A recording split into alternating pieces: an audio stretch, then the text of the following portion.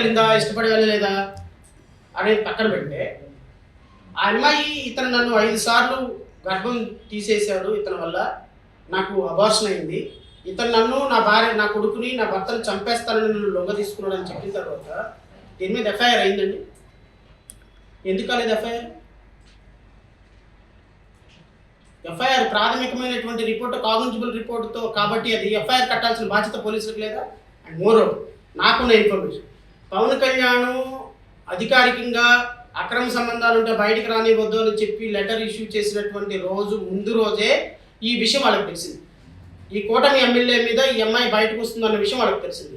SP దగ్గరికి ఈ అమ్మాయి వెళ్ళి ఎస్పీ లెటర్ రాసినప్పుడు ఈ మీద ఎఫ్ఐఆర్ కట్టద్దు అని చెప్పేసి ప్రాథమికంగా పోలీసులకు ఆదేశాలు ఇచ్చినటువంటి ఎస్పీని ఏ విధంగానూ ఎఫ్ఐఆర్ కట్టద్దు అని ఇచ్చినటువంటి పవన్ కళ్యాణ్ ఈరోజు ఆ పాపకి ఏం సమాధానం చెప్తారు?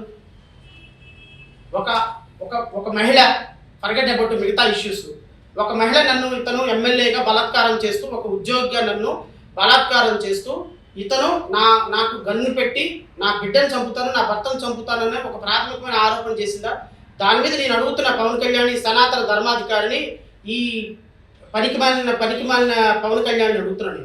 నేను ఆ మాట అనకూడదు కానీ అనాలి. ఎందుకంటే ఈ దుర్మార్గుడు మొన్నటిదాకా ఏం చెప్పాడంటే, ఆడపిల్లని చూడాలి అంటే, ఆడపిల్ల వైపు చూడాలి అంటే, ఆడపిల్లని పట్టుకోవాలి అంటే, ఇంకో ఇంటర్వ్యూలో కూడా చెప్తున్నాడు, ఆడపిల్లలు ఎవరైనా అంటే నాకు చాలా బాధ అండి, చిన్నప్పటి నుంచి నాకు ఆడపిల్లలు అంటే చాలా ఇదండి.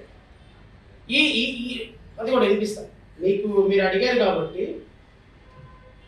ఇలాగా ఆడపిల్ల మీద ఏదైనా జరిగితే నేను ఆడపిల్ల కోసం ఎంతో చేస్తానని చెప్పినటువంటి పవన్ కళ్యాణ్ కనీసం ఒక ఆడకూతురు, ఒక దళిత మహిళ నాకు ఇది జరిగింది అని చెప్పేసి చెబితే, నీ ఎమ్మెల్యే మీద నువ్వు ఎఫ్ఐఆర్ కట్టించలేని ఎమ్మెల్యే నువ్వేం ఎమ్మెల్యేవి, ఏం ఉప ముఖ్యమంత్రి, ఏం పార్టీ అధ్యక్షుడు నువ్వు? నాకు అర్థం కాదు.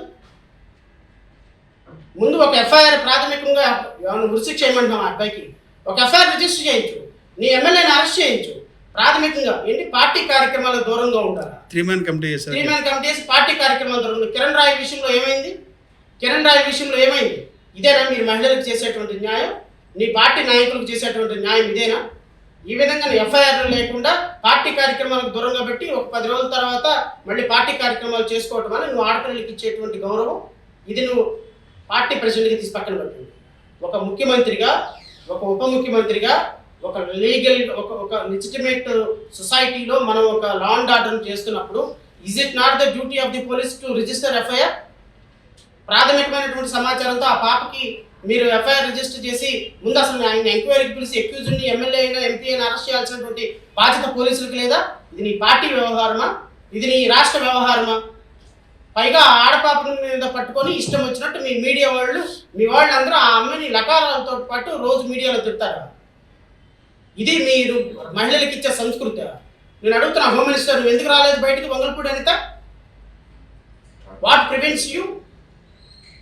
అంటే ఆమె జనసేన మహిళ అయితే బయటకు వస్తారా? ఆమె తెలుగుదేశం మహిళ అయితే బయటకు వస్తారా?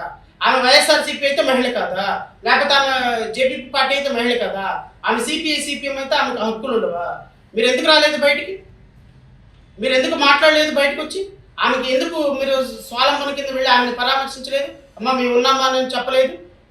అరే, ఒక మహిళ బయటకు వచ్చి ఇన్నిసార్లు నన్ను రేప్ చేశాడు, ఇంత జరిగింది అని చెప్పిన తర్వాత ప్రాథమికమైనటువంటి పాపకి భరోసాగా ఒక ఎఫ్ఐఆర్ కట్టించలేని మీ ప్రభుత్వం ఒక ప్రభుత్వమా?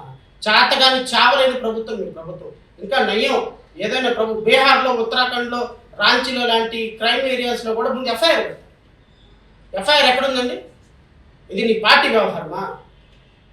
పైగా ఆ పాప మీద మీడియాలతోటి దుర్మార్గంగా ఒక ప్రాస్టిట్యూట్ అన్నట్టు ప్రొజెక్షన్ ఇచ్చేసుకున్నారు ఆ పాపని. ఒక గవర్నమెంట్ ఎంప్లాయీ డబ్బుల కోసం ఒక ప్రాస్టిట్యూషన్ చేసేటువంటి స్థాయిలో ఉంటుందని మీ మీడియా భావిస్తుందా? మీరు యూట్యూబ్ ఛానల్స్ భావిస్తున్నాయా? ఇది లా అండ్ ఆర్డర్ ఉన్న ప్రభుత్వం అనాలా?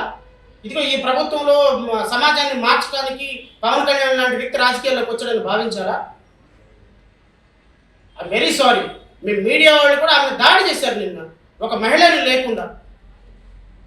ఎంత దుర్మార్గంగా ఒక మహిళ గురించి ఇష్టం వచ్చినట్టు రాస్తే ఆమె పనిష్ చేసింది పనిష్ చేస్తే ఆయన లీగల్గా వెళ్తాడు, ఆయన కేసులు చూసుకుంటాడు.